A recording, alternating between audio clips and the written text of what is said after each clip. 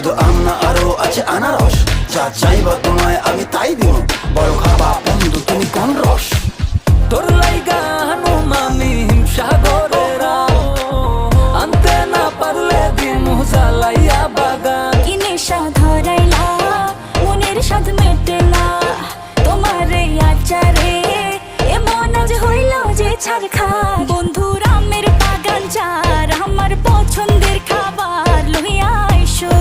চলতেছে এখানে আমাদের মূলা এবং বেগুন চাষ চলবে, বেড প্রস্তুত হইতেছে।